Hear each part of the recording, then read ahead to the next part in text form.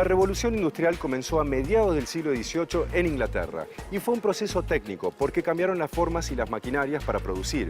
A la vez, fue un proceso económico y también social. Todo esto produjo una verdadera transformación del mundo occidental.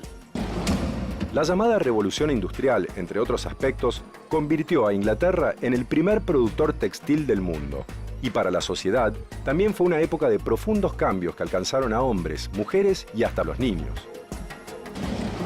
La revolución industrial fue un proceso de cambio dinámico que afectó las formas productivas del viejo mundo entre fines del siglo XVIII e inicios del XIX. Comenzó en Inglaterra porque este era el país europeo que mejores condiciones tenía, es decir, poseía un mercado más o menos amplio y de buen poder adquisitivo, poseía también una flota externa apta para abrir mercados, poseía colonias y poseía también un proceso previo de cambio en el campo.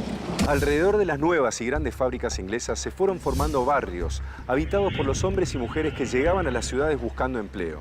La industrialización produjo enormes desigualdades. Por eso podemos decir que esta revolución industrial tuvo dos caras.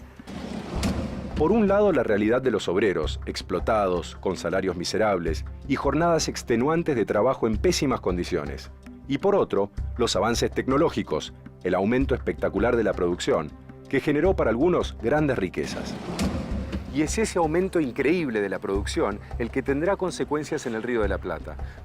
Resulta que hacia fines del siglo XVIII, Inglaterra buscaba, especialmente en el Río de la Plata, mercados para vender los productos que fabricaba en enormes cantidades a partir de la Revolución Industrial. Los ingleses ya tenían actividad comercial en América gracias a una alianza con los portugueses, por entonces establecidos acá, en Colonia del Sacramento, y en control de esta ciudad. Esta fortificación sería utilizada muy activamente para ingresar, en forma clandestina, de contrabando, mercaderías en el territorio español que después iban a ir camino hacia el Alto Perú. Inglaterra proveía los productos que desde Lisboa, la ciudad portuguesa, se enviaban a Brasil. Allí, desde Río de Janeiro, se trasladaba mercadería hasta aquí, Colonia del Sacramento, donde se establecían los contactos con los comerciantes rioplatenses. Mediante el contrabando, las mercaderías eran vendidas.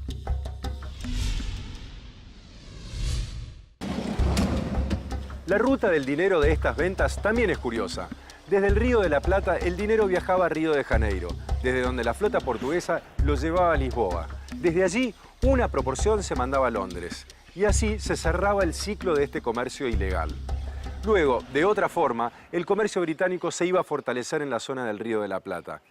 En primer lugar, es importante, bueno, porque está en la ruta del Atlántico, digamos, el puerto de Buenos Aires y Montevideo también, digamos, son como lugares estratégicos para controlar la ruta del Atlántico y dentro de esto, Malvinas, y no es casualidad que hayan ocupado Malvinas a principios del siglo XIX, porque les permite controlar un poco todo el tráfico del Atlántico y la vía hacia el Pacífico. Acordémonos que todavía no está el Canal de Panamá, por lo tanto hay que controlar el pasaje del sur del Atlántico para llegar al Pacífico. Entonces, en ese sentido es un punto bastante estratégico, no solo para comerciar con América y el Río de la Plata, sino para comerciar, digamos, con casi todo el mundo, de alguna manera.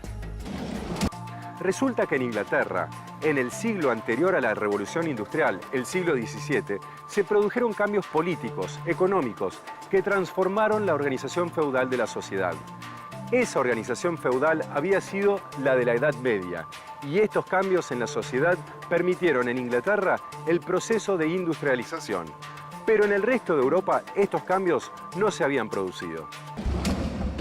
Durante los siglos XVII y XVIII, bajo la protección de las monarquías absolutas, la nobleza, dueña de las tierras, mantuvo sus privilegios, y las monarquías, para reafirmar su poder, controlaron las actividades económicas y las relaciones sociales. Esta política contribuyó a frenar los cambios. Las fábricas inglesas trabajaban día y noche, y el mercado interno, es decir, la población de ese país, no alcanzaba para consumir toda esa inmensa producción. Inglaterra inició entonces una ofensiva muy fuerte para abrir nuevos mercados donde vender especialmente sus productos textiles. Pero, ¿qué pasaba en Europa? El continente estuvo prácticamente cerrado durante 20 años por los conflictos desatados por las guerras napoleónicas y después por la crisis de la postguerra. Entonces, los mercados coloniales tuvieron una importancia decisiva para Inglaterra, porque significaban la posibilidad de poder vender su producción. La corona española obviamente trató de preservar el dominio de todos sus territorios coloniales y que el comercio de sus territorios coloniales se hiciera exclusivamente con España, de manera de obtener el beneficio de esa relación monopólica. Pero a la vez nunca, en algunos momentos más que en otros, pero digamos que nunca la corona logró tener el control total. Era un espacio demasiado grande para la capacidad militar, naval y económica que España tenía para esos territorios enormes de América. El contrabando inglés demostraba que España no alcanzaba a satisfacer las necesidades de la gente en sus colonias. Pero la expansión de la producción inglesa necesitaba que cambiaran algunos hábitos de consumo de la población americana. Mientras en las colonias crecía el interés de algunos sectores de independizarse de España y el gobierno inglés pensaba que podía aprovechar esa situación y que fomentar esos cambios ayudaría a la apertura de nuevos mercados para sus productos. Los sectores que dominaban el comercio en el antiguo virreinato del Río de la Plata eran los que luego fueron denominados comerciantes monopolistas. Es decir, en general eran personajes que habían nacido en la península ibérica y muchos de ellos habían llegado al Río de la Plata en el último cuarto del siglo XVIII, a partir de 1770 aproximadamente. Es decir, coincide un poco con la formación del virreinato, porque también en esa época se abren los puertos, entre ellos el puerto de Buenos Aires, al comercio con puertos de otras ciudades americanas o incluso europeas. Estos comerciantes trabajaban con lo que se llamaba la habilitación, es decir, ellos traían una consignación o tenían vínculos con comerciantes peninsulares, los cuales les prestaban una cierta cantidad de bienes. Ellos a su vez establecían cadenas o redes con otros comerciantes en el interior, a los cuales les prestaban a su vez estas mercancías y ellos las iban vendiendo. Entre 1806 y 1807 se produjeron las invasiones inglesas. Los resultados de esa aventura ya los conocemos. Los invasores finalmente fueron derrotados. Los comerciantes ingleses pusieron en práctica mecanismos de intercambio novedosos, que se basaban en la mercadería que vendían a bajo precio, el abundante capital que tenían y sus importantes vinculaciones. Vendían en remates públicos y a precios tan bajos que lógicamente perjudicaban y generaban las protestas de los comerciantes locales. Los artículos de algodón eran vendidos por los ingleses a la mitad del valor al que se ofrecían en la zona.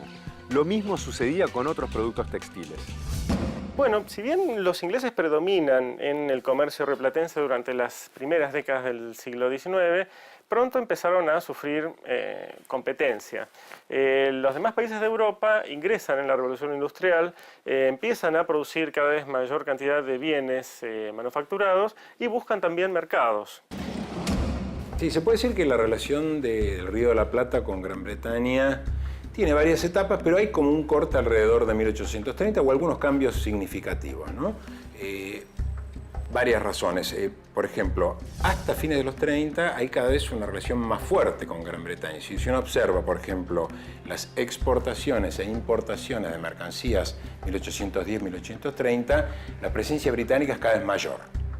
A partir de 1830, en cambio, empieza a haber una diversificación muy grande de mercados y se ve, por ejemplo, que Argentina, Buenos Aires, las exportaciones de Buenos Aires van cada vez más a otros lugares. No es que dejan de ir a Gran Bretaña, pero por ejemplo Estados Unidos empiezan a ser grandes compradores de mercancías rioplatenses, digamos, ¿no? Y bueno, y esto empieza, digamos, de alguna manera a limitar, digamos, o hacer más débil esa relación que hasta ese momento había sido muy fuerte. Por ejemplo, en 1825 se firma un tratado de amistad entre Buenos Aires y Gran Bretaña que otorga un conjunto de ventajas a los ciudadanos británicos en el Río de la Plata, al comercio inglés. Bueno, todo eso empieza a cambiar, y hacia los 30 incluso se empieza a ver en el Río de la Plata el asomo de una especie de discurso nacionalista antibritánico que a veces se mezcla también por cuestiones económicas, es decir, la competencia, si los comerciantes locales empiezan a ver como una amenaza, digamos, la fuerte presencia del comercio británico en la región, pero que se mezcla también con cuestiones religiosas, por ejemplo, todo el tema del protestantismo, y la defensa, acordémonos que un poco una de las banderas importantes de la subida del federalismo al poder y de Rosas es la defensa a ultranza de la religión católica como única religión posible. Entonces empieza a haber también como un clima anti-británico, anti-protestante que se hace visible en el Río de la Plata.